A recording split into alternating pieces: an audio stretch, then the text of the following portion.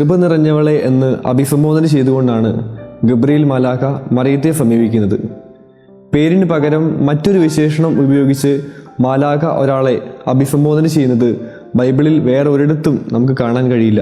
കൃപ നിറഞ്ഞവൾ എന്നതിൻ്റെ ഗ്രീക്ക് വാക്ക് ഖേഗരിത്തോമെനെ എന്നാണ്.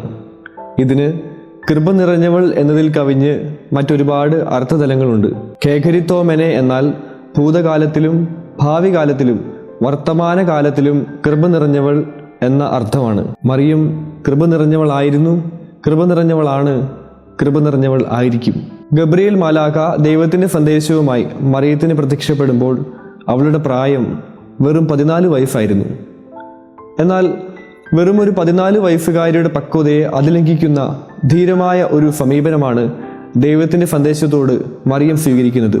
ഒരു പുരുഷനുമായി വിവാഹ നിശ്ചയം കഴിഞ്ഞ മറിയത്തോട് വിവാഹത്തിന് മുൻപേ, പുരുഷനെ അറിയുന്നതിന് മുൻപേ ഗർഭവതിയാകുമെന്ന് ദൂതൻ പറഞ്ഞപ്പോൾ മറിയം ശങ്കിച്ചുപോയി എന്ന് പറയുന്നതിൽ ഒട്ടും അതിശയോക്തിയില്ല.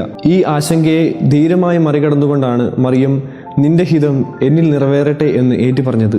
ഇങ്ങനെ ഒരു ധീരമായ തീരുമാനം എടുക്കുവാൻ മറിയത്തെ സഹായിച്ചത് അവൾക്ക് ചെറുപ്രായത്തിൽ ലഭിച്ച വിശ്വാസ പരിശീലനം ആണ് എന്നാണ് എനിക്ക് തോന്നുന്നത്. മാതാപിതാക്കളിലൂടെയും മുതിർന്നവരിലൂടെയും എല്ലാം അവൾ പഠിച്ചിട്ടുണ്ടാകണം, ദൈവത്തിന് എന്നെക്കുറിച്ച് ഒരു പദ്ധതിയുണ്ട്, അതിന് നാശത്തിനല്ല ക്ഷേമത്തിനുള്ള പദ്ധതിയാണ്.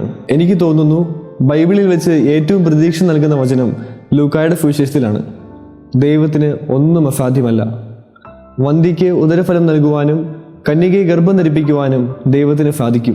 നമ്മൾ ആയിരിക്കുന്ന ജീവിതാവസ്ഥകളിലും ജീവിത സാഹചര്യങ്ങളിലും ഇടപെടുവാനും അത്ഭുതങ്ങൾ പ്രവർത്തിക്കുവാനും ദൈവത്തിന് സാധിക്കും. മറിയത്തെ പോലെ ദൈവിക പദ്ധതിയോട് പൂർണ്ണമായി വിധേയപ്പെട്ടുകൊണ്ട് ഉള്ളിൻ്റെ ഉള്ളിൽ രക്ഷകനെ രൂപപ്പെട്ട രക്ഷകനെ മറ്റുള്ളവർക്കായി പകർന്നു കൊടുത്തുകൊണ്ട് പ്രതീക്ഷയോടുകൂടി ജീവിക്കുവാൻ നമുക്കും മറിയത്തിനെ മാതൃക പിഞ്ചെന്ന് ദൈവത്തിലേക്ക് എത്താം. പുൽക്കൂട്ടിൽ പിറന്ന ഉണ്ണിയേശു നമ്മെ എല്ലാവരെയും അനുഗ്രഹിക്കട്ടെ.